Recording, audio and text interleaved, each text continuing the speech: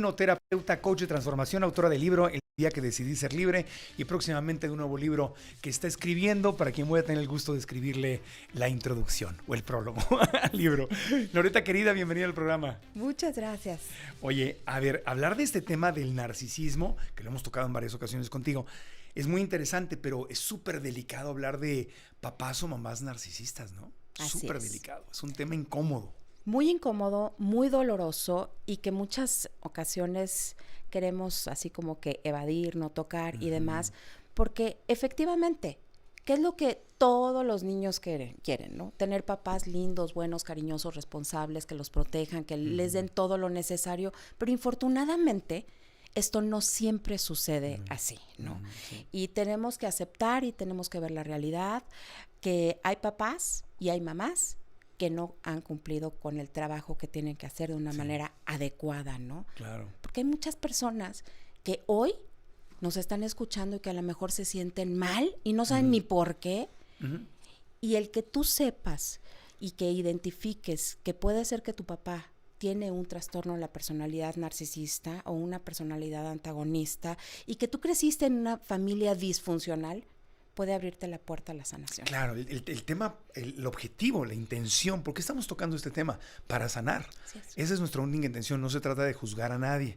Porque además, una mamá o un papá que tiene rasgos narcisistas, llamémoslo así, pues rasgos narcisistas, al mismo tiempo puede ser una mamá o un papá luchador y protector y que da la vida por sus hijos y al mismo tiempo, sin darse cuenta, porque si se diera cuenta no lo haría, o a lo mejor si se dan cuenta, no lo sé, tienen estos rasgos. O sea, la luz y la sombra pueden estar conviviendo al mismo tiempo, ¿no? Sí, porque como dijiste perfectamente en la introducción, depende de la tipología y del espectro. No es lo mismo a lo mejor tener una mamá y o papá, porque además puedes tener mamá y papá narcisistas, que eso es el peor de los casos, obviamente. No es lo mismo tener un grado 1 a lo mejor que un grado 10. Claro. ¿No? Y tampoco es lo mismo ser hijo o hija de un narcisista maligno. Claro. Que de un comunitario. Exactamente. Narcisista maligno fue el hombre con el que, esta historia la contaste en el podcast y aquí en Radio Fórmula la has contado, el hombre con el que te casaste, que abusó física, emocionalmente de ti, que te quitó a tus hijos, con el que te fuiste a vivir a aquella cárcel en Tijuana para acompañarlo. Ese era un narcisista maligno, porque así literalmente sabía que te estaba haciendo daño y era como una guerra contra ti. Sí, él tenía la triada oscura, o la tiene más bien, que es la psicopatía, el maquiavelismo y el narcisismo. Ok, pero puede haber papás que no tengan esos rasgos y que al mismo tiempo y es la confusión que pueden crear en un hijo.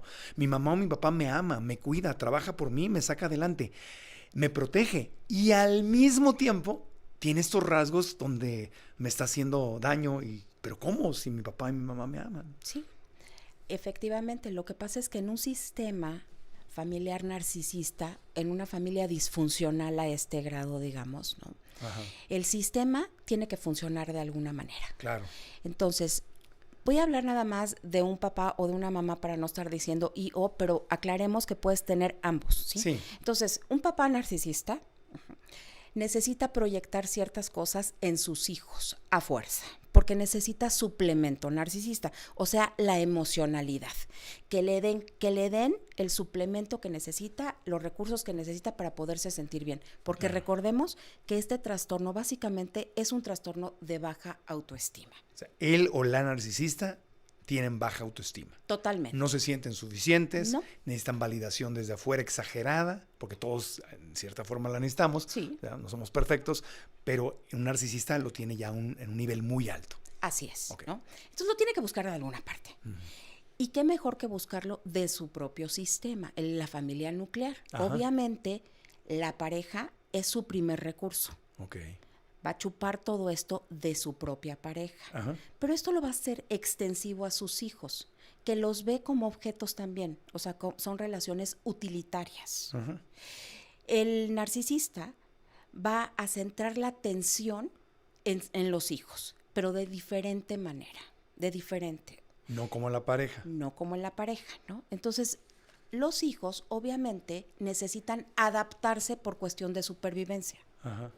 Y entonces inconscientemente van adquiriendo roles que son impuestos por el narcisista o que ellos, dependiendo del lugar del hijo que te toque ser en el sistema, pues es el que ya te va, o sea, como que, bueno, agarro este rol inconscientemente, ¿eh? O sea, no es de que el niño diga, ay, bueno, yo voy a hacer esto. No, obvio, por supuesto obvio, que no. Y vamos a hablar más adelante, vamos a hablar de los roles específicos. Así es. Y para ver si te identificas, tú que estás escuchando o viéndonos. Exactamente. Entonces, el narcisista como papá, si el hijo lo provee del suplemento que necesita, entonces la atención la tiene en el hijo.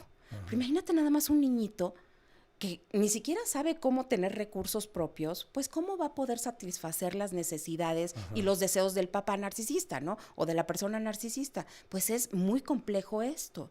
Entonces, lo devastador de todo esto es que si no le da el suplemento que requiere, pone la atención en otra cosa. O en otro de los hijos. Claro, busca la droga en otra parte. Así es. Sí. Eso es cuando es como el papá. Cuando es la mamá, es muchísimo más común que vaya creando hijos muy dependientes. No quiere que se le vayan los hijos. No quiere quedarse sola, tiene miedo a quedarse sola. Así es, ¿no? Entonces, pero imagínate nada más, pobrecitos chavitos, que lo que el papá o la mamá necesitan es, tú dame todo lo que yo necesito para que yo me sienta bien. Claro. Tus necesidades, tus deseos, todo lo que tú quieras, lo que sea, no te lo voy a dar yo a ti, porque tú me tienes que dar a mí. Claro. Entonces, si las expectativas del papá o de la mamá pues no son cubiertas, el niño se frustra. Claro. Y obviamente son niños que crecen con muchísimas carencias y que la autoestima se les va erosionando de diferentes maneras. Claro. Y sientes que tu rol es hacer feliz a tus papás. Siempre, toda la vida. Y como eso es muy bien visto allá afuera. Sí, claro. Te lo aplauden. Así es. Hay roles que son súper aplaudidos, afuera. Afuera. Pero dependiendo del número de niños, o sea, de hijos que haya en la familia, entonces es como, se va como equilibrando, digamos, el sistema. Se acomoda. Ahora, qué interesante, ¿no? Porque por un lado, oye, nos toca ser buenos hijos. Buenas y buenos hijos. Nos toca cuidar de quienes cuidó de nosotros. Nos toca amar a quienes nos amó. A quienes nos amaron. Pero ¿cómo no caer? O sea, ¿cómo no pasarnos de la raya y algo hermoso y amoroso que se transforme en una toxicidad, en algo no sano mentalmente? Sí. Es súper delicado. Fíjate, aquí en los comentarios, hoy vamos a entrar profundamente en el tema, por eso Loreta Valle está aquí con nosotros. Susana Martínez de Tijuana, porque le dijimos a nuestros socios y socias que íbamos a tener este tema y queríamos que nos contaran sus experiencias. Susana Martínez dice, mi papá no me quería tal como yo era. Nunca estaba satisfecho por mis logros. No era exigente. Era muy exigente conmigo y al mismo tiempo era despectivo. Estos son rasgos narcisistas. Totalmente. Susana, te mandamos un abrazo. Luis Hernández, Ciudad de México, dice, mi madre, que nunca fue la persona que estaba conmigo ante mis llantos, nunca estuvo conmigo cuando estaba en mis llantos y fracasos.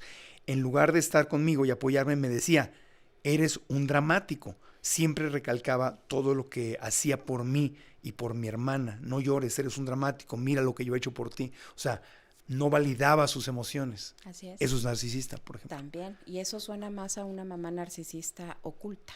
Narcisista oculta. Ve lo que yo he hecho por ti. Sí. Y además, es verdad, es que es difícil porque es verdad. Sí hiciste por mí muchas cosas, pero que me lo embarres en la cara, eso ya no es sano. No, porque eso es manipulación y chantaje. ¿No? Entonces eso ya merma la autoestima del niño. Claro. Y además hay mamás con las que sientes que siempre sales debiendo. No hay manera de tenerlas contentas. O sea, nunca es suficiente. Nunca es suficiente. Nunca es suficiente. Nunca. Hasta hay una canción de rock que dice you're just like my mother. ¿Cómo se llama? Que dice, she's never satisfied. Oh, ¿cómo que? Prince cantaba esa canción. Una canción de Prince. ¿Te acuerdas de Prince? Que en paz descanse. Sí, claro que me acuerdo. ¿O estás muy jovencita para mí?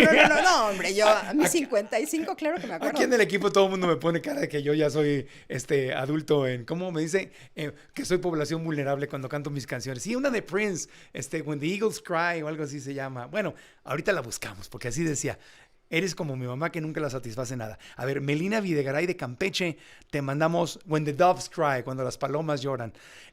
Melina Videgaray de Campeche, le mandamos un abrazo. Dice, crecí con mi autoestima por los suelos. Me sentía culpable, insuficiente, con la idea de que no soy útil para nada, porque por más que me esforzara, mi papá no me quería tal como soy. Y me decía, no es suficiente. Y justamente, entonces, eso es un rasgo narcisista que le hace mucho daño a los niños. Muchísimo. Sí. Porque la vara siempre te la van subiendo. Sí. Nunca es suficiente. No, nunca, jamás en la vida. Y eso es horrible porque ese es el trauma madre de todos. es el epicentro de todos los traumas. No soy suficiente. Volvemos después de una pausita. Loreta Valle está con nosotros y vamos a ponerles un pedacito de la rolita después de mensajes.